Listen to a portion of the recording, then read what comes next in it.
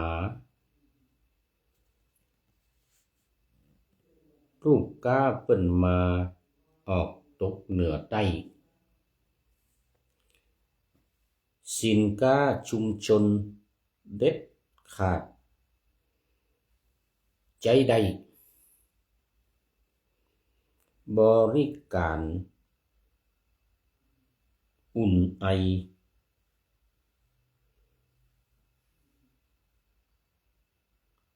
มวลมิตรอ่านเกือบไม่ได้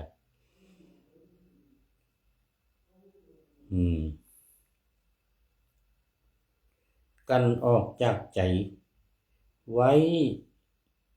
ไร้ซึ่งสารพิษแม่ไร้ซึ่งสารพิษอย่าได้คุณข้อง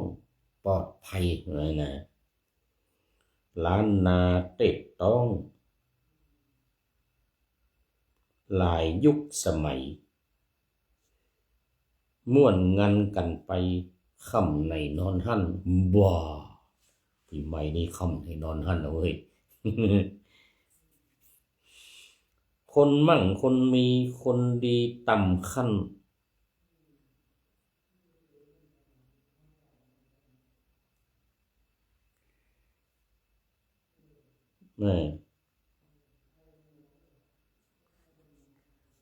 ขอม่วนงัน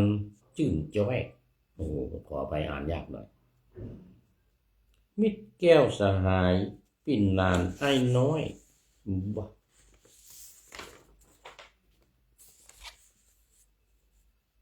หายโศกเศร้าส้อยเอวังนี่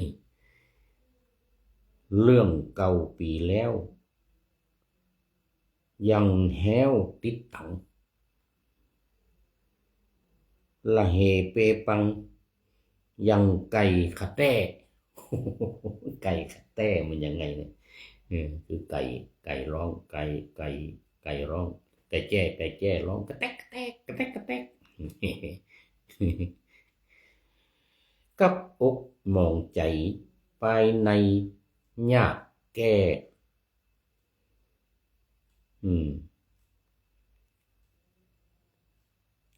สาวก็บ่แลเสียบกัด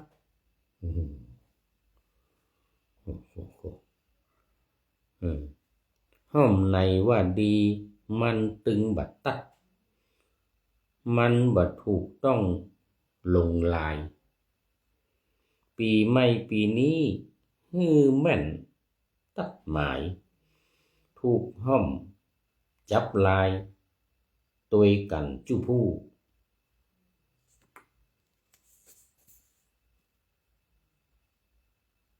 กันในบทจังจักมานั่งอู้เป็นกู้เป็นจู้วันลูนข้าวปีไม่ยุดสุดเชียงเปียงอี้เต้านี้วาดวางลงก่อนแลอำลา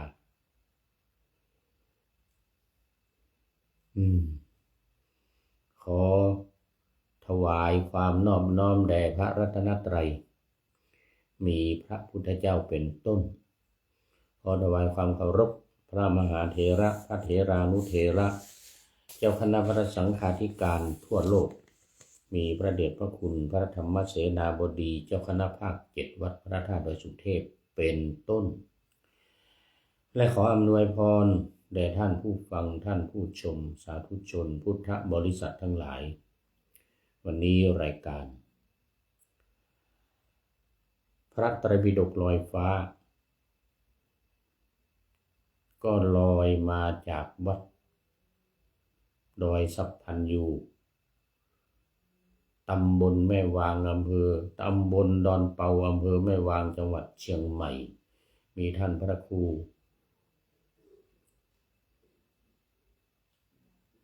สุตะกิจจาภิรมย์หรือท่านอาจารย์พระมหาอุทัยเราจากวัดพระธาตุดอยสุเทพมาเป็นเจ้าอาวาสอยู่วัดดอยสัพพันยูนี้ เป็นนานมาแล้ว30 กว่า ปี20 กว่า ปี20-30 ปีละนี่นานละ ตอนนี้รักษาการเจ้าคณะอำเภอแม่วางด้วยเนี่ยบ้านเดิมก็นู้นจังหวัดเชียงรายจังหวัดเชียงรายนะมาอยู่วัดพระธาตุวสุเทพนานแล้วตั้งแต่เป็นสามเณร เป็นประเรียนธรรม3 ประโยคนี่สังเกตดูชื่อพระครูเนี่ยจะมีคำว่าสุตตะนะสุตตะนี่เป็นเครื่องหมายของประเรียนธรรม3 ประโยคเหมือนท่านพระครูทีละสุตตพจน์นั่นสุตตพจน์มันจะมีคำว่าสุตตะไม่ต้นก็กลางไม่กลางก็ปลายก็มีนะ ท่านอาจารย์มหาแก้ววัดสันปะคอยนะอดีตเจ้าคณะตำบลวัดเกตตอนนี้ก็เกษียณเออรี่ไปแล้วติดตามมาตามผู้พูดมา ท่านพระครูธีระสุตตพจน์ก็เป็นเจ้าคณะตำบลสุเทพเขต2อำเภอเมืองตำบลวัดเกตก็อำเภอเมืองเหมือนกันท่านอาจารย์พระครู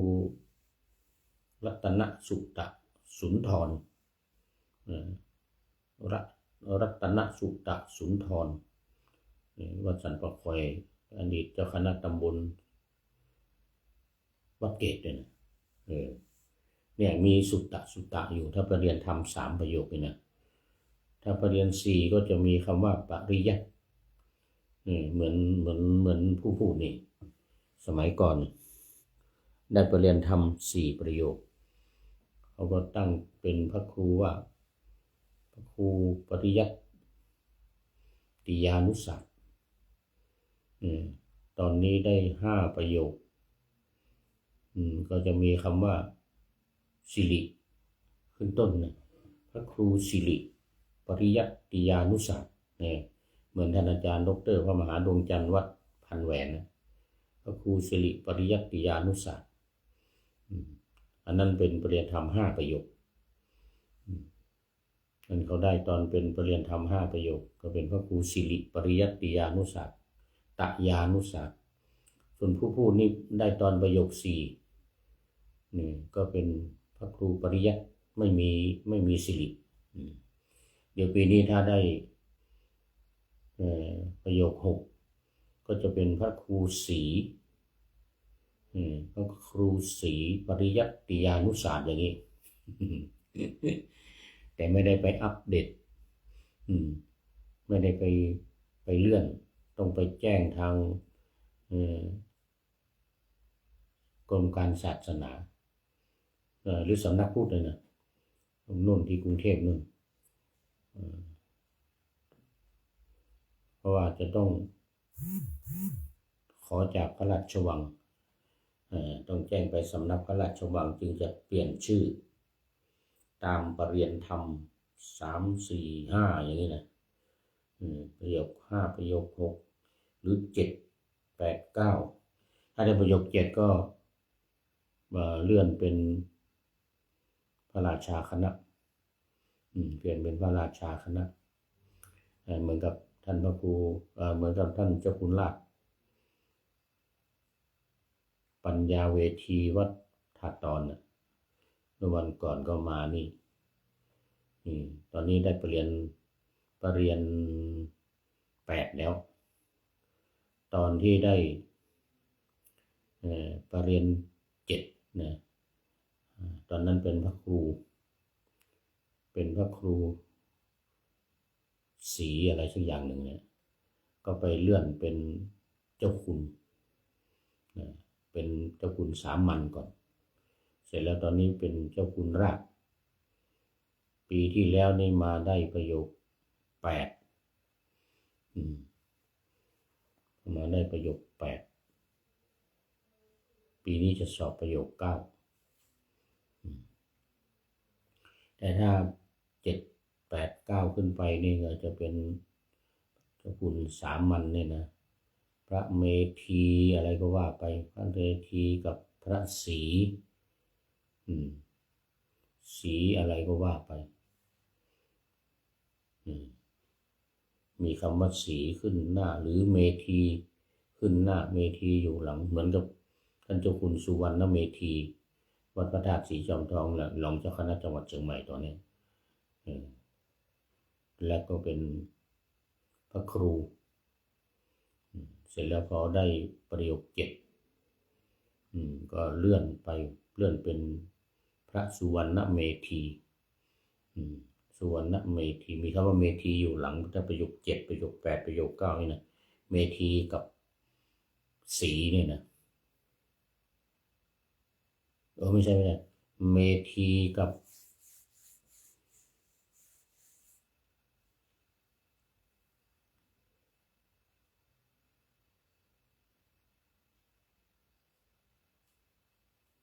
ศรีถูกละเมธีกับศรีถ้าเป็นประเด็นธรรม7ขึ้นไปนี่นะ7 8 9ประโยค9ก็เหมือนกันถ้าเป็นเจ้าขุนสามัญปุ๊บจะมีคำว่าศรีขึ้นหน้าหรือเมธีขึ้นหน้าหรือเมธีตามหลังแต่ศรีนี่จะต้องขึ้นต้นอย่างนี้เป็นต้นเลยนะเอาละตอนนี้ก็เข้ามาสู่เนื้อหาสาระของรายการวันนี้โมทนาหน่อยก่อนโมทนากับเจ้าภาพพระทหารเช้าเพลน้ำปานะตอนเย็นคณะแม่ชีวัดพระธาตุดอยสุเทพนำมาบะหมี่เกี๊ยวมา350ถ้วยมีเกี๊ยวมา350ถ้วยมาสมทบกับเจ้าภาพหลักคือคณะสงฆ์ภาค7มีพระเดชพระคุณหลวงพ่อพระธรรมเสนาบดีเป็นประธานเจ้าภาพนะเจ้าภาพวันนี้พร้อมโดยเจ้าคณะจังหวัดเชียงใหม่จังหวัดลำพูนจังหวัดแม่ฮ่องสอนนี่เป็นเจ้าภาพหลักแล้วก็เจ้าภาพรองเจ้าภาพเสริมวันนี้แม่ชีลืมชื่อไปวัดพระธาตุสีจอมทองนำเอาบะหมี่สำเร็จรูปมา350ถ้วย350ถ้วยก็ขออนุโมทนาเป็นอย่างยิ่งไว้ณที่นี้สำหรับวันนี้ก็บันทึกเสียงล่วงหน้ามา1 วันรายการวัตถบิดกลอยฟ้าวันนี้เดี๋ยวพรุ่งนี้เช้าจึงจะออกอากาศทาง5 สถานีวิทยุนะส่วนทาง Facebook ไลฟ์นี่ก็สวัยเทพบุญเป็นประจำเราจะชมกันได้ตลอด24 ชั่วโมงภายใน30 วันนี้24 ชั่วโมงภายใน30 วันนี้แล้วก็จะลบละทาง Facebook ไลฟ์นี่เขาครบ30 วันนี้เขาก็จะลบละการสอนกลิ่นอ่านไม่ทันออกไปแล้วโมทนาเอามาวิหารลายจะเสียเวลาไปมากพระไตรปิฎกลอยฟ้าวันนี้ยังอยู่ในเล่มที่25ขุททกนิกายอัตถกถาพระวินัยอัตถกถาพระวินัยเมื่อวานนี้ก็มาถึงเรื่องวัดสูบนายิกะคันธกะหรือการเข้าพรรษาเรื่องของการเข้าพรรษาเป็นวินัยนะเป็นวินัยบัญญัติให้พระจำพรรษาถ้าจะไปไหนต้องมีเหตุจำเป็นจึงจะไปได้เช่น พ่อแม่ป่วยไม่สบายแล้วก็มีกิจนิมนต์ให้ไปเทศน์ให้ไปรับทายทานหรือไปฉันภัตตาหารไปสลากพัดหรืออะไรต่างๆนี่ก็สัตตาหะไปภายใน7 วันได้นี่อย่างนี้เป็นต้นเมื่อวานก็เล่ามาถึงไหนละอันตรายเป็นเหตุให้สึก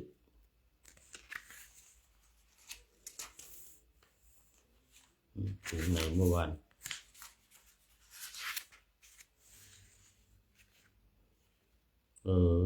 วินิจฉัยคำว่าเยนะวาโชนี้พึงทราบว่าเมื่อภิกษุไปกับพวกโคต่างไม่เป็นอาบัติเพราะพรรษาขาดไม่เป็นอาบัติอันนี้เมื่อวานไม่ผ่านมาแล้ว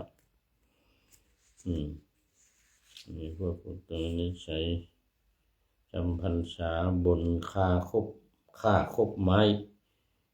ล้วนไม่ควรอันนี้ผ่านมาแล้วเมื่อวานถึงไหนเนี่ยเมื่อวานไม่ได้หมายไว้นะเนี่ย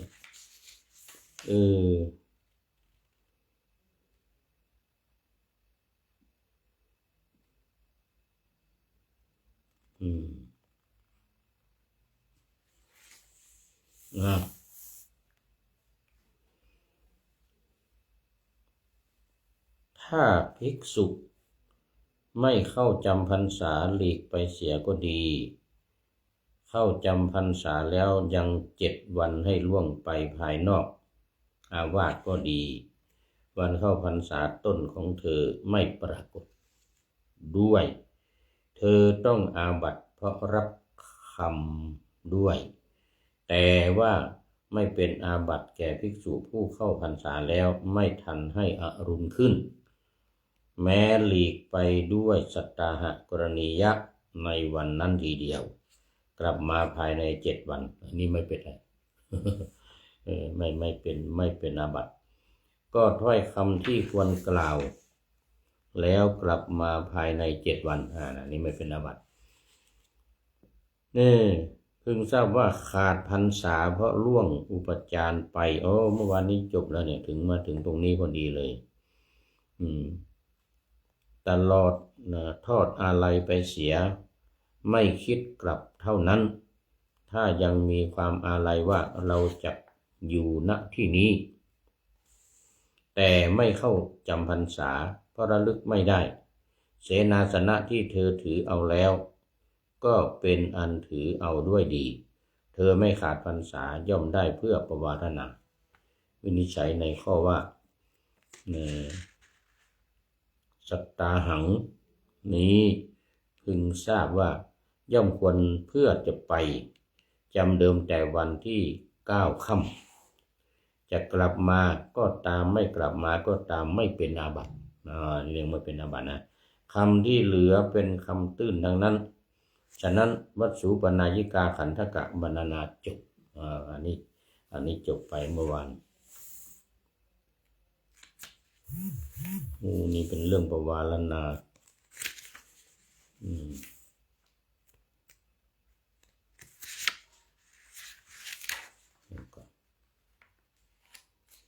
เป็นอัตถกถาพระวินัยมาหลวนี้เรื่องปวารณาเมื่อวานนี้จบไปจะไม่ได้เขียนไว้ต้องขออภัยเนี่ยตอนนี้มันก็เวลา3 ทุ่มครึ่งแล้วเนี่ย3 ทุ่มครึ่งมันดึกแล้ว FC ทั้งหลายน่าจะหลับกันหมดแล้ว ไม่มี FC เข้ามาแล้วพูดให้ผีฟังไปก่อนเดี๋ยววันพรุ่งนี้นำไปออกอากาศ5 สถานีถึงจะให้ญาติโยมฟังกันเวลา8 นาฬิกาถึง9 นาฬิกาในวันพรุ่งนี้นะตอนนี้พูดให้ผีฟังไปก่อน พูดให้ผีฟังมันดึกปวารณาขันธกะนะวันนี้นะวินิจฉัยในปวารณาขันธกะคือคำแรกที่ชื่อว่าคำทัก คำหลังชื่อว่าคำปราศัยคำปราศัยในหมายถึงว่าเวลาการพูดจาปราศัยได้แก่ได้แก่ด้วยการช่วยกันให้ใช้โดยใช้มือยกมือคือการอยู่ร่วมกันด้วยการอยู่ร่วมของเราเหมือนการอยู่ร่วมกันของเราปศุสัตว์จริงอยู่แม้เราปศุสัตว์ย่อมไม่บอกความสุขและทุกข์ที่เกิดขึ้นแก่ตน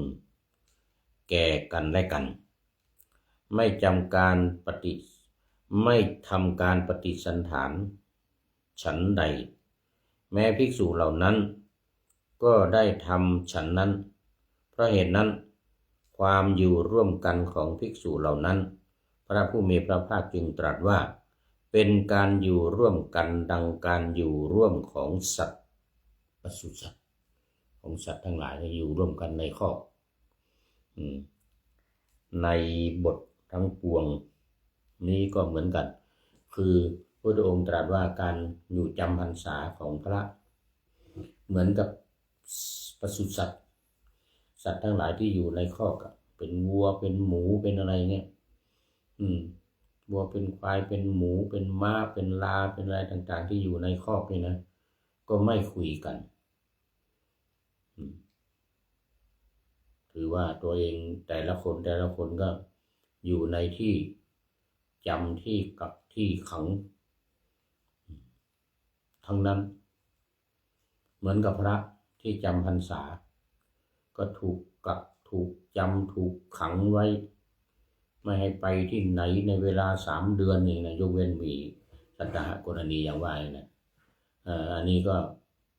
ปศุสัตว์อยู่ใน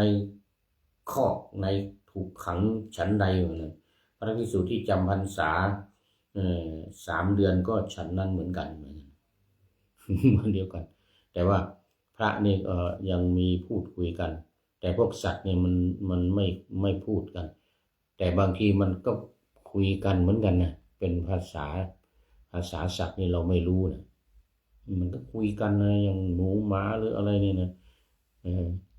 วัวควายที่มันอยู่ในคอกนี่นะมันก็คงจะบ่นเหมือนกันนะช้างอีกลูกล่ามโซ่ไว้อย่างเงี้ยนะแต่มันพูดไม่ได้เหมือนคนไงคนเราก็ไปฟังภาษามันไม่รู้มันก็จึงเปรียบเหมือนกับพระจำพรรษาเนี่ยในระหว่าง3 เดือนเนี่ยไม่ได้พูดคุยกันหรอกพูดคุยก็คุยกันเรื่องอื่นเรื่องวินัยเรื่องอะไรนี่ไม่ได้คุยกันพอออกพรรษาปุ๊บนี่ต้องมีการประวารณาเนี่ยประวารณากันแล้วกันประวารณายังไงวันออกพรรษาเนี่ยต้องประวารณาให้โอกาสแก่พระเถระหรือพระเพื่อนกันหรือพระที่อายุพรรษาน้อยกว่าก็ทำให้บอกว่าตัวเองเนี่ยผิดอาบัติอะไรยังไงได้เห็นก็ตามหรือได้ยินก็ตามหรือว่าได้สังเกตสังกาสงสัยเขาเรียกมีความรังเกียจว่านี่น่าจะผิดอาบัตินั้นอาบัตินี้เองนะก็ขอให้บอกมาในวันเข้าพรรษาวันออกพรรษาวันเดียวคือเรียกว่าวันมหาปวารณาการบอกให้เพื่อนบอกให้ครูบาอาจารย์หรือบอกให้ทุกคนเนี่ยในอุโบสถเนี่ยหลังจากฟังปาฏิโมกข์เสร็จเนี่ยก็จะมีการปวารณากันอย่างนี้เพราะว่านักภิกขเวมุขวัตตังติจิยสมาทานังเป็นต้นมีความว่าภิกษุไม่พึงกระทำการสมาทานวัดเช่นนี้ว่าเราทั้งหลายไม่พึงพูดกันตลอดไตรมาสนี้เพราะว่ามันเป็นกติกาที่ไม่ชอบธรรมเช่นพอเข้าพรรษาก็นัดกันว่าต่อไปนี้เราจะไม่พูดกันนะตลอด3 เดือนอันนี้บอกว่าไม่ควรเราทั้งหลายไม่พึงพูดกันตลอดไตรมาสนี้ เพราะมันเป็นกติกาที่ไม่ชอบธรรมเหมือนกันนะไม่ควรที่จะนัดกันหรือไม่ควรที่จะมีกติกาอย่างนี้เกิดขึ้นในหมู่สงฆ์ที่จำพรรษาแต่ที่ว่าเมื่อกี้เนี่ยที่ว่าเหมือนกับปศุสัตว์เนี่ยก็เพราะว่าไม่พูดกันเรื่องความถูกความผิดหรือความต้องอาบัติหรือว่าผิดศีลผิดธรรมอะไรเนี่ยมันไม่ได้คุยกันวันออกพรรษาจึงต้องให้โอกาสแก่กันและกันให้บอกให้เตือนให้บอกให้เตือนว่ามีอะไรก็ให้บอกแต่ห้ามไม่สมควรที่จะนัดกันว่าไม่พูดตลอดพรรษานี่3 เดือนนี้จะไม่พูดกันอย่างนี้นะไม่ได้เพราะว่าถ้านัดกันแล้วมันต้องทำตามถือว่าเป็นกติกาที่ไม่ชอบทำข้อที่ภิกษุมาผ่อนผันพูดกับกันและกันชื่อว่าอัญญมัญญานุโลมตาจริงอยู่ภิกษุย่อมเป็นผู้อาจว่ากล่าวอะไรกับภิกษุผู้สั่งไว้ว่าขอท่านผู้มีอายุกล่าวตักเตือนข้าพเจ้าเถิดแต่หาอาจว่ากล่าวภิกษุนอกจากนี้ไม่คือถ้าไม่ประวารณากันไว้หมายถึงในพรรษาเนี่ยนะถ้าไม่ได้บอกกันไว้ว่าถ้าผมมีความผิดอะไรขอให้บอกด้วยถ้าไม่ได้ประวารณาแบบนี้ห้ามพูดห้ามเตือนห้ามบอกห้ามกล่าวจนถึงวันออกพรรษาคือวันประวารณาความยังกันและกันให้ออกจากอาบัติทั้งหลายชื่ออาปัตติวุฏฐานตาความที่ภิกษุมาตั้งพระวินัยไว้เป็นหลักประพฤติชื่อว่าวินัยปุเลกขารตาจริงอยู่ภิกษุผู้กล่าวอยู่ว่าขอท่านผู้มีอายุจงว่ากล่าวข้าพเจ้าเถิดดังนี้สมเด็จพระผู้มีพระภาคตรัสว่าเธอจักออกจากอาบัติและเธอย่อมตั้งพระวินัยไว้เป็นหลักอยู่ก็คือการเข้าปฏิบัตินั่นเองเพื่อที่จะออกจากอาบัติโดยเฉพาะอาบัติสังฆาทิเศษโดยเฉพาะอาบัติสังฆาทิเศษนั้นออกพรรษาไปแล้วเนี่ยก็จะมีการเข้าปฏิบัติเพื่อออกจากอาบัติสังฆาทิเศษข้อใดข้อหนึ่งสังฆาทิเศษมี13 ข้อของภิกษุส่วนของภิกษุณีมี17 ข้อมีมากกว่าภิกษุณีทำผิดระดับสังฆาทิเศษเนี่ย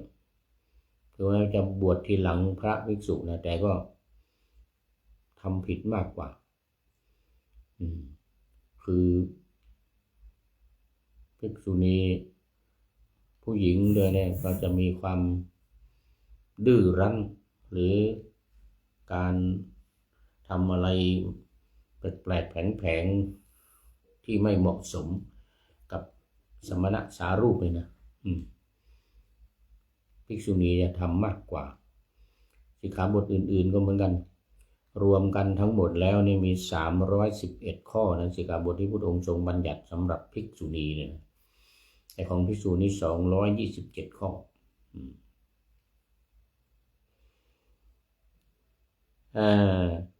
ญัตติอันได้นามว่าสัพพสังฆาหิกานี้ว่าสุนาตูเมพันเตสังโฆเป็นต้นแปลว่าข้าแต่ท่านผู้เจริญขอสงฆ์จงฟังข้าพเจ้าวันนี้เป็นวันปวารณาถ้าว่าความพร้อมพรั่งของภิกษุสงฆ์ถึงที่แล้วสงฆ์พึงปวารณาดังนี้ก็เพื่อสวดประกาศอย่างนี้แล้วเมื่อสวดประกาศอย่างนี้แล้วสงฆ์จะปวารณา3 ครั้ง 2 ครั้งและครั้งเดียวก็ควร แต่จะปวารณาให้ภิกษุมีพรรษาเท่ากันปวารณาพร้อมกันเท่านั้นไม่ควรอันหนึ่งเมื่อสวดประกาศว่าเตวาจิกังปวารยะแปลว่าสงฆ์พึงปวารณา3 ครั้งดังนี้ต้องปวารณา3 ครั้งเท่านั้นจึงควรจะปวารณาอย่างอื่นหาควรไม่เมื่อสวดประกาศว่าเทวาจิกังปวารยะแปลว่าสงฆ์พึงปวารณา2 ครั้งดังนี้จะปวารณา2 ครั้งหรือ3 ครั้งก็ควรแต่จะปวารณาเพียงครั้งเดียวและปวารณามีพรรษาเท่ากันหาควรไม่นี่ก็หมายถึงว่าเนี่ยส่วนใหญ่จะมีประเพณีทำเหมือนกันคือภิกษุที่พรรษาเท่ากันสมมติพรรษา5เนี่ยก็ให้กล่าวคำปวารณาพร้อมกันอย่างนี้ในที่นี้บอกว่าไม่ควรแต่ปัจจุบันนี้ก็มักจะมีอย่างนี้ในอุโบสถก็เรียงตั้งแต่พระเถระสูงสุดลงมาเนี่ยสมมติว่าสูงสุด80 พรรษาอย่างนี้นะเอา79มีใครบ้างยกมือนะแล้วก็ว่าพร้อมกันสังฆัมพันเตปวาเรนิทิเทนวาสุเตนวาปริสังกายาวาวัฏันตุมังอายัสมันโตอนุกัมปังอุปาทายะโอ้ตอนนี้ขอต้อนรับครูยาโอ้สาธุสาธุครูยาจากกศน.มาแล้ววันนี้นึกว่าจะกำลังพูดให้ผีฟังอยู่นะนี่ ครูยามาว่ากราบไหว้สาเจ้านะโอ้สาธุสาธุพร้อมกับโปรไฟล์รูปของพระเดชพระคุณหลวงพ่อพระเทพมังคลาจารย์โอ้สาธุสาธุนี่เป็นลูกศิษย์ก้นกุฏิพระเดชพระคุณหลวงพ่อพระเทพมังคลาจารย์เจ้าคณะจังหวัดเชียงใหม่วัดท่าตอนนี่มีโปรไฟล์มีรูปของพระเดชพระคุณหลวงพ่ออยู่ด้วยโอ้สาธุโมทนาเป็นอย่างยิ่งวันนี้นี่จะว่ากำลังพูดให้ผีฟังอยู่นี่นะ โมทนาโมทนาแล้วก็สวัสดีปีใหม่เด้อสุขสันต์วันปีใหม่ผ่านมา3 วันวันนี้เป็นวันที่วันที่3ผ่านมา3 วันก็ยังอวยพรปีใหม่กันได้อยู่ถึง7 วันวันที่ตั้งแต่วันที่31มาละ31ถึงวันที่7ที่5 6 7นี่นะแล้วหลังจากนั้นไปก็เลิกอวยพรปีใหม่กันเอาแค่7 วันก็พอเยอะมันจะเยอะเกินไปเดี๋ยวพรเยอะเกินไป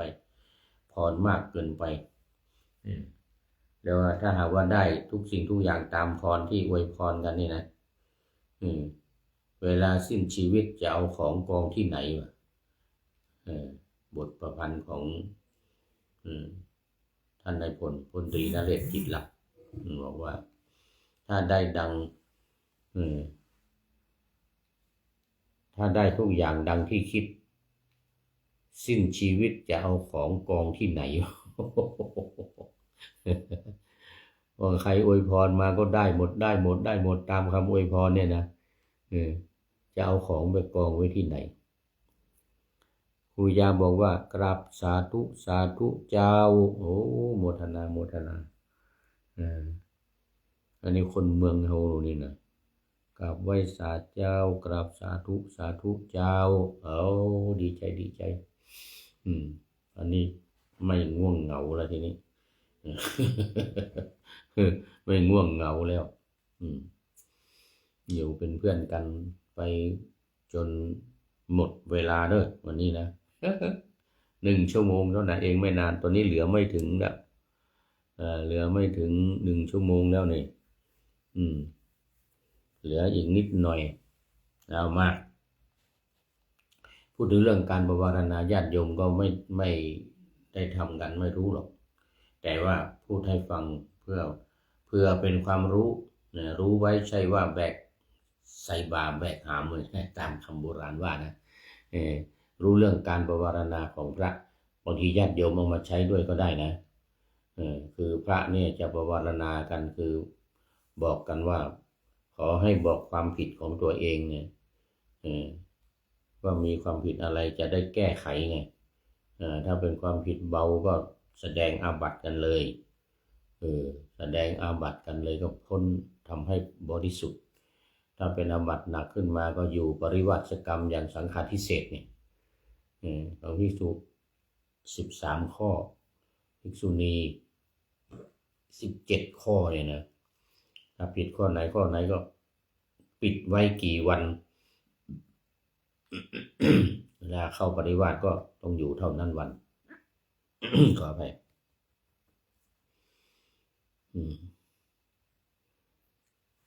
เดี๋ยวขอ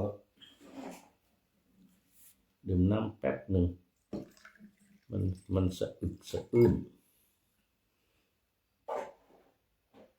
คำโบราณบอกว่าเวลาเราสะอื้นหรืออะไรเนี่ยนะเขาบอกว่ามักจะมีคนเล่าขวัญว่ากันคนที่อื่นไม่รู้ใครเล่าขวัญ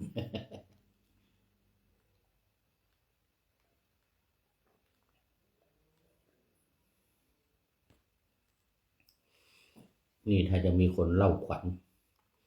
มีคนนินทาตำหนิติเตียนนินทารับหลังเราทำให้เรานี่สะอื้นขึ้นมาอย่างนี้นะอันนี้เป็นความเชื่อของคนโบราณจะไปถือสาหาความไม่ได้ดีก็จะไม่มีใครว่าอะไรเราหรอกนี่เรื่องของการประวารณาโยมเอาใช้ด้วยก็ได้นะเช่นถึงวันสำคัญมาหรือถึงเทศกาลอะไรมาก็บอกเพื่อนหรือบอกญาติพี่น้องบอกว่าผมมีผิดอะไรเนี่ยมีความผิดอะไรขอให้บอกด้วยจะได้แก้ไขให้มันดีขึ้นในโอกาสต่อไปหรือปีใหม่นี่ก็ได้นะช่วงปีใหม่7 วันนี่นะวันที่1ถึงวันที่7เนี่ยจะโยมจะประวารณาจะบอกใครไว้ในบ้านหรือเพื่อนที่รู้จักกันโอ้เพื่อนมีเห็นว่าฉันเนี่ยหนูเนี่ยมีความผิดอะไรขอให้บอกด้วยจะได้แก้ไขจะได้รู้ตัวแล้วก็แก้ไขได้ก็แก้ไขไม่ได้ก็จนใจอะไรทำนองนี้คุณครูยมครูยาตอนนี้ขอต้อนรับท่านครูสุตตภัทราพรนี่เห็นไหมเมื่อกี้พูดแล้วว่าสุตตนี่นะเป็นประเด็นธรรม3 ประโยคพระครูสุตตภัทราพรด็อกเตอร์ท่านอาจารย์ด็อกเตอร์เทียบเจ้าคณะอำเภอชั้นพิเศษโอ้โหสาธุผมนี่ผู้พูดนี่สมัยเป็นก็ตอนนี้ก็เหมือนกันเทียบเจ้าคณะอำเภอแต่ชั้นเอกอันนี้ชั้นพิเศษเดี๋ยวต่อไปก็เป็นเจ้าคุณท่านพระครูสุตตภัทราพรนี่เดี๋ยวก่อนต้องเขียนไว้ก่อนสุตตภัทราพรสุตตภัทราพร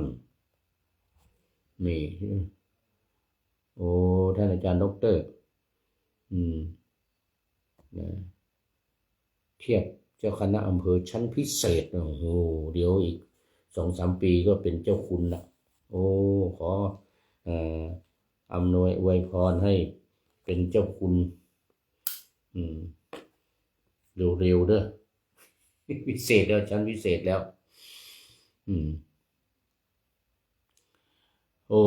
โมทนาขอบคุณมากคืนนี้นึกว่าจะพูดให้ผีฟังเลยขณะที่บันทึกเสียงล่วงหน้ามา1 วัน วันพรุ่งนี้ญาติโยมจึงจะฟังทางวิทยุแต่ว่าตอนนี้มีหลายท่านเข้ามาแล้วดีใจพูดถึงเรื่องประวารณาเมื่อ ตอนออกพรรษาในนี่ผ่านมาแล้วออกพรรษาผ่านมาแล้ว1 วันนะคือวันที่วันขึ้นเดี๋ยววัน15 ค่ำเนี่ยวันเพ็ญเดือน4วันนี้เป็นวันเพ็ญเดือน4เหนือเดือน6เดือน4เหนือเดือนยี่เดือนอ้ายเดือนอ้ายเดือนยี่เดือนอ้ายถ้าฟังภาคกลางนี่เป็นเดือนอ้ายนะโอ้เดี๋ยวเดือน12เดือนอ้ายแล้วก็เดือนยี่ถูกละเดือนอ้ายเดือนยี่แต่ทางภาคเหนือนี่เป็นเดือน4แล้วตามหลังภาคกลางตามหลัง2 เดือนภาคเหนือเป็นเดือน4กินข้าวจี่ข้าวหลามวันนี้ได้ข้าวหลามมา2 กระบอกนี่ที่ฉันภัตตาหารเพลโอ้ได้กินข้าวจี่แล้วข้าวจี่ข้าวหลามแล้วหลวงพ่อพระครูสุตะภัทราพรเดี๋ยวจะได้เข้าไปดูโปรไฟล์ก่อน อันนี้พูดเรื่องการปวารณาให้ญาติโยมฟังหรือหลายท่านก็รู้แล้วแต่ก็มีหลายท่านที่ยังไม่รู้ว่าการปวารณานี่มันคืออะไรเนี่ยตอนนี้อยู่ปวารณาขันธกะปวารณาขันธกะวรรคหมวดที่ว่าด้วยการปวารณา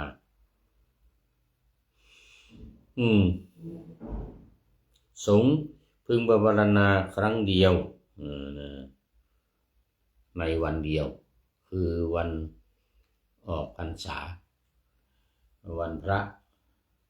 วันมหาปวารณาออกวันมหาปวารณาออกพรรษานะ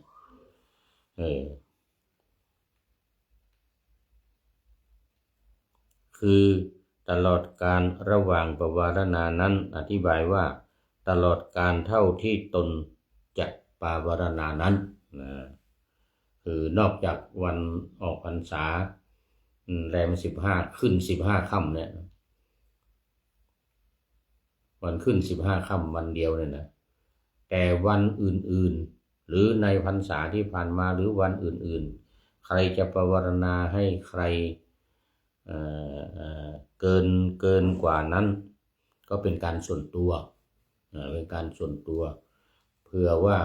มีความผิดพลาดอะไรหรือทำผิดอะไรที่เจ้าตัวไม่รู้ตัวเองไม่รู้เนี่ยคนอื่นรู้หรือบางทีเป็นอาบัติเนี่ยอาบัติบางทีนี่ตัวเองไม่รู้ว่าเป็นอาบัติก็มีนะก็คนอื่นจะได้ตักเตือนคนจะได้บอกถ้าเราปวารณาไว้กับใครยกนอกเหนือจากวันขึ้น15 ค่ำวันมหาปวารณาออกพรรษาวันออกพรรษาขึ้น15 ค่ำแล้วเนี่ยวันอื่นๆก็ทำได้นะทีนี้บอกว่าตลอดการเท่าที่ตนจะปวารณานั้นอาจจะภายใน3 เดือนนี้ถ้าผมมีความผิดอะไรก็ขอให้บอกด้วยอะไรอย่างนี้นะญาติโยมก็เหมือนกันถ้าจะเอาคติของการปวารณาคณะสงฆ์ไปใช้ก็ยิ่งเป็นการดีนะการได้บอกแก่พ่อแม่ครูบาอาจารย์หรือ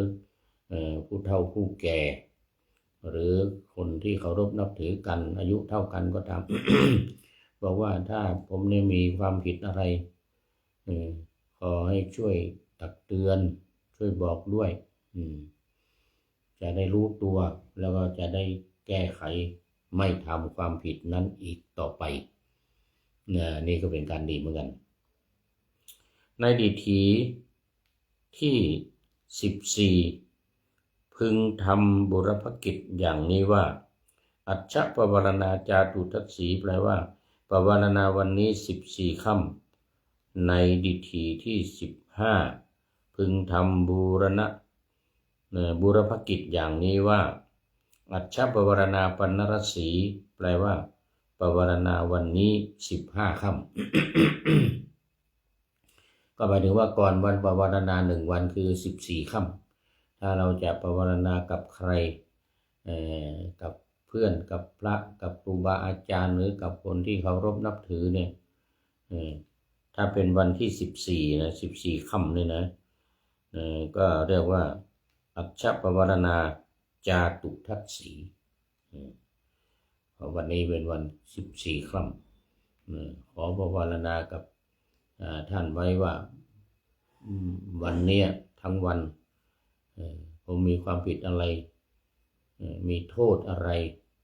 ที่ไม่เหมาะสมที่ผมไม่รู้ขอให้บอกด้วยอะไรอย่างนี้นะตลอดวันที่มรณานั้นเขา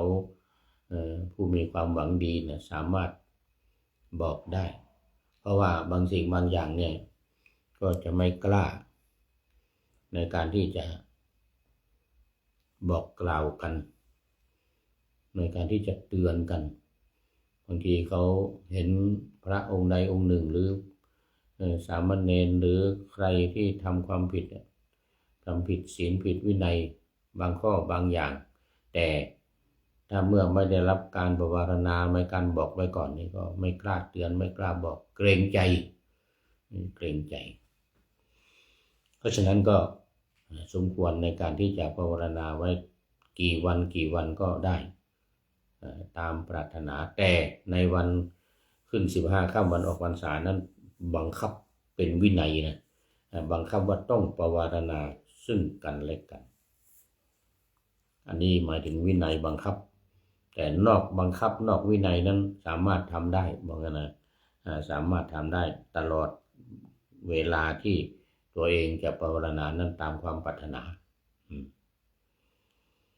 ถ้าว่าเมื่อภิกษุ5 รูปอยู่ในวัดเดียวกัน4 รูปนำปวารณาของรูปหนึ่งมาแล้วตั้งคณยัตติปวารณาเมื่อ4 รูปหรือ3 รูปอยู่ในวัดเดียวกัน3 รูปหรือ2 รูปนำปวารณาของรูปหนึ่งมาตั้งสังคยัตติแล้วปรารถนาแล้วปวารณานี้จัดว่าปวารณากรรมเป็นวรรคในธรรมทั้งหมดก็ถ้าว่าภิกษุ5 รูปประชุมพร้อมกันแม้ทั้งหมดตั้งคณะบัญญัติแล้วปวารณาเมื่ออยู่ด้วยกัน4 รูปหรือ3 รูปหรือ2 รูปประชุมพร้อมกันตั้งสังคยัตติแล้วปวารณานี้จัดว่าปวารณากรรมพร้อมเพรียงกันโดยอาธรรมทั้งหมดถ้าว่าเมื่ออยู่ด้วยกัน5 รูป4 รูปนำปวารณาของรูปหนึ่งมาตั้งสังคยัตติแล้วปวารณา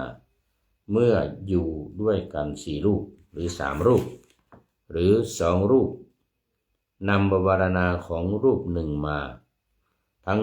ตั้งคณยัตติปวารณานี้จัดว่าปวารณกรรมเป็นวรรคโดยธรรมทั้งหมดนี่ดีมากแต่ถ้าว่าภิกษุ5 รูปประชุมพร้อมกันแม้ทั้งหมดตั้งสังคยัตติแล้วปวารณา4 รูปหรือ3 รูปประชุมพร้อมกันตั้งคณยัตติแล้วปวารณา2 รูปปวารณากันและกันอยู่รูปเดียวทำอธิษฐานปวารณานี้จัดว่าปวารณากรรมพร้อมเพียงโดยธรรมทั้งหมดนี่ยกเว้นมีการยกเว้น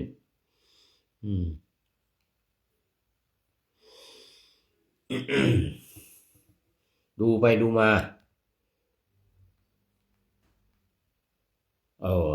ยังเหลืออยู่อีกนิดหน่อยยังเหลืออีกนิดหน่อยการมอบอันนี้กรณีบางทีไปไม่ได้ไปโบสถ์ไม่ได้เจ็บป่วยหรือไม่สบายอะไรต้องมอบหมายโดยฝากเขาเรียกว่าผ้าสังฆาติเนี่ยนะเอาไปแทนตัวเอง เอาฝากรูปใดรูปหนึ่งไปแทนตัวเอง เมื่อภิกษุผู้อาพาธมอบปวารณาอย่างนี้แล้วภิกษุผู้นำปวารณามาพึงเข้าไปหาสงฆ์ปวารณาอย่างนี้ว่าติดโสพันเตภิกขุสังฆังปวาเรติทิเทนวาสุเตนวาปริสังกายวาวัฏันตุมังพันเตสังโฆอนุกัมปังอุปาทายะปัสสันโตปฏิกริษสามิปัสสันโตปฏิกริษสติทุติยมปิตติยมปิพันเตติโสภิกขุสังฆังปวาเรติปัสสันโตปฏิกริษสติแปลว่าข้าแต่ท่านผู้เจริญภิกษุชื่อติสสะปวารณาต่อสงฆ์ด้วยได้เห็นก็ดีด้วยได้ฟังก็ดีได้สงสัยก็ดีขอสงฆ์จงอาศัยความกรุณาว่ากล่าวเธอเห็นอยู่จักทำคืนเสียข้าแต่ท่านผู้เจริญแม้ครั้งที่สองแม้ครั้งที่สามข้าแต่ท่านผู้เจริญแม้ครั้งที่สามภิกษุชื่อติสสะปวารณาต่อสงฆ์เมื่อสงฆ์เห็นก็ดีได้ยินก็ดีได้ฟังก็ดีขอโปรดได้ตักเตือนเธอแล้วเธอจะได้ทำคืนเสียอันนี้ก็เหมือนว่าถ้าภิกษุรูปหนึ่งสมมติว่า5 รูปหนึ่งป่วยอาพาธไม่สบายไม่สามารถจะไปในอุโบสถได้ก็ฝากปวารณามาก็คือฝากผ้ามา1 ผืนบอกภิกษุนั้นรูปนั้นชื่อติสสะเนี่ยไม่สบายมาไม่ได้ขอปวารณากับสงฆ์ถ้าสงฆ์มีเรื่องอะไรในการที่จะตักเตือนก็ไปบอกเธอได้ในห้องเหมือนกันนะภายในวันนี้ก็เกินนี้ไปยาอะไรนะอันนี้คือการนำปวารณามาหรือนำผ้าของผ้าสังฆตินี่แหละนะที่ทำกันเนี่ยนะเอามาปวารณาด้วย มาไม่ได้ไว้ใครด้วยอาการอย่างนี้แลเป็นอันภิกษุผู้นำปวารณาได้ปวารณาแล้วเพื่อประโยชน์แก่ภิกษุผู้มอบปวารณานั้นเอาละนี่เรื่องของการมอบปวารณาเอาไว้แค่นี้ก่อนวันนี้หมดเวลาเดี๋ยววันพรุ่งนี้ก็ค่อยจะได้มาต่ออีกเรื่องของมอบฉันทะมอบฉันทะแล้วก็มีเรื่องอธิษฐานเรื่องของการอธิษฐานปวารณาเรื่องอติเลกานุวัตติกถาเดี๋ยวว่ากันในวันต่อไปวันนี้หมดเวลาท่านพระครูสุตตภัทราพรด็อกเตอร์เป็นท่านสุดท้ายเข้ามาในรายการวันนี้พร้อมทั้งครูยาด้วยขออนุโมทนาขอบคุณกับท่านพระครูสุตตภัทราพรไว้ณที่นี้ด้วยท่านอาจารย์ดร.พระครูสุตตภัทราพรอันนี้ก็มาดูข้อคิดท้ายรายการวันนี้เป็นคำอวยพรปีใหม่แต่เป็นภาษาล้านนาเขียนเป็นข้าวท่านบางท่านอาจจะฟังไม่ออกแต่ถ้าเป็นคนเหนือนี่จะฟังได้ฟังออกได้มาจากผู้ใช้นามปากกาว่าศักดิ์สินเมืองพานอะไรนะแต้มไว้เมื่อวันที่2568วันที่12เดือนธันวาคมจำไว้วันที่28ละเพื่อมาเป็นข้อคิดอวยพรปีใหม่ในช่วงนี้ถึงวันที่7นะรายการของเราจะเอาคำอวยพรมาว่าทุกวันถ้าไม่มีใครส่งมาก็จะว่าของตัวเอง ของตัวเองว่าซ้ำๆเอาละของศักดิ์สินเมืองพานนี่อำเภอพานจังหวัดเชียงรายนะ นี่สงสัยจะเป็นพระเก่าปนานเป็นปนานหรือไม่ก็ปนน้อยเป็นพระเก่าเนนเก่าจึงเขียนไอ้ข้าวห้ำปีใหม่นี้ได้ บอกว่าอย่างนี้ปีใหม่ปีนี้บัดต้องห่วงหนาลูกก้าเปิ้นมาออกตกเหนือใต้หมายถึงพ่อค้าแม่ค้าทั้งหลายไม่ต้องห่วงเดี๋ยวจะมีลูกค้ามาจากตะวันออกตะวันตกทางเหนือทางใต้มาอุดหนุน สินค้าชุมชนเด็ดขาดใจได้บริการอุ่นไอแบบมิตรบริการอุ่นไอแบบมิตรเลยเขาเรียกสินค้าชุมชนหรือไม่ก็สินค้าของอบต.หน่วยอบรมประชาชนมันจะมีอยู่สาขาหนึ่งเขาเรียกว่าเป็นศิลปะเดี๋ยวเป็นสมาชิกมีอยู่ข้อหนึ่งในจำนวน8 ข้อนะก็จะมีสินค้าออกมาขาย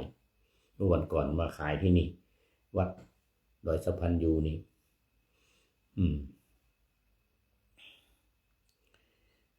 แบบมิตรกันออกจากใจไร้ซึ่งสารพิษเนี่ยนะอย่าได้ขุ่นข้องปลอดภัยนะล้านนาเต็ดต้องหลายยุคสมัยม่วนงันกันไปค่ำในนอนหั่นบ่คนมั่งคนมีคนดีต่ำขั้นนี่คือขั้นต่ำเลยนะคนยากคนจนต่ำขั้นบ่ปอม่วนงันจื่นจ้อยบ่ปอม่วนงันจื่นจ้อยมิตรแก้วสหายปีนานอ้ายน้อยนี่แหละหายโศกเศร้าส้อยเอวังอย่างนี้นะเรื่อง9 ปีแล้วยังแห้วติดตังละเหเปปังยังไก่ขะแต้ แห้วติดตังนี่ก็คือภาษาไทยว่าแล้วที่ไปเอาไป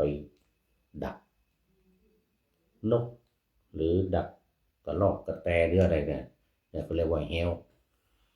วติดตังเอายางไปใส่ไว้เดี๋ยวนกมาติดกระรอกกระแตมาติดอย่างนี้เป็นต้นนะกับปกมองใจภายในยากแก้ก็คือว่าแก้ได้ยากเรื่องของความขุ่นข้องหมองใจภายในยากแก้ว่านะสาวก็บ่แลเสียบกัดจนปวดท้องไม่มีสาวมามองห้อมในว่าดีมันตึงบ่ตัดมันบ่ถูกต้องลงลายนั่นบ่ถูกต้องลงลายปีใหม่ปีนี้ฮื้อแม่นตัดหมายถูกห้อมจับลายตัวกันทุกผู้เหมือนกันทุกคนนะกันนายบ่จังจักมานั่งอู้เป็นกู้เป็นจู้วันลูนนี่คือที่หลังเนี่ยวันหลังข้าวปีไม่ยุดสุดเสียงเปียงอี้เต้านี้วาดวางลงก่อนแลโขลาขอบคุณขอบคุณเดี๋ยวไหนละศักดิ์สินเมืองพานขอบคุณผู้ชนะประกาศว่าศักดิ์สินเมืองพานไว้ณที่นี้เป็นอย่างยิ่งขอนำพระไตรปิฎกลอยฟ้าไปจากผู้ฟังทั้งหลายในโลกล่าง วันต่อไปจะได้จรย้อนกลับมาสู่สถานีใหม่ให้ท่านฟังอย่าลืมเปิดวิทยุหรือเครื่องรับโทรศัพท์โมบายคอมพิวเตอร์ผัง YouTube เฟซเพจไลน์ให้ดังๆเพื่อชมฟังรายการวันต่อไปขอทุกท่านมีความสุขทุกคืนวันนำธรรมะประกอบการงานทั้งหลายเช่นขยันทำงานทางวาจากายใจขวัญขวายกิจการงานนานาบำเพ็ญสาธารณประโยชน์เว้นสิ่งที่มีโทษโหดเยี่ยงสาประกอบแต่กรรมดีมีราคาแสวงหาเงินทองครองใจคนเสียสละพลทรัพย์นับมากน้อยไม่ให้ล้านก็ให้ร้อยไม่ด้อยผลเอื้อคนรวยช่วยคนยากฝากคนจนให้ทุกคนเท่ากันมาตรฐานเดียวขอเจริญพร